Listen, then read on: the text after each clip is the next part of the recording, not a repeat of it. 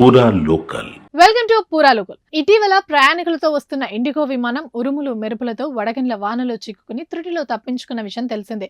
అయితే ఈ ఘటన గురించి ఓ షాకింగ్ నిజం బయటకొచ్చింది. ఢిల్లీ నుండి శ్రీనగర్ కు బయలుదేరిన ఇండిగో విమానం గమ్య స్థానానికి చేరే క్రమంలో పఠాన్ కోట్ వద్ద విమానానికి ప్రతికూల వాతావరణం ఎదురైంది. ప్రయాణికుల ప్రాణాలు కాపాడాలనే ఉద్దేశంతో పైలట్ విమానాన్ని పాక్ గగనతలంలోకి తీసుకెళ్లడానికి పాక్ ఎయిర్పోర్ట్ అధికారులను అభ్యర్థించారు. కానీ పాక్ అధికారులు అందుకు ససేమిరా అన్నారు.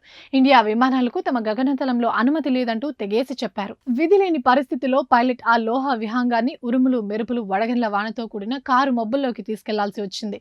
ఈ క్రమంలో విమాన తీవ్ర కుదుపులకు లోనైంది. ప్రమాదపు టంచులకు చేరువైంది. వేల అడుగుల ఎత్తు నుండి అత్యంత వేగంగా కిందికి జారడం మొదలైంది.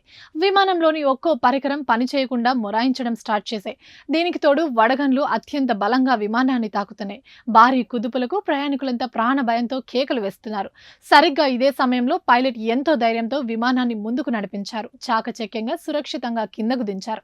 227 మంది ప్రాణాలు కాపాడారు. కల్లోల తీవ్రత కారణంగా విమానం ముందు భాగంలో ఉండే రోడం బాగా దెబ్బతింది. అయితే ఇందులో వాతావరణ రాడర్ ఉంటుందని అధికారులు తెలిపారు.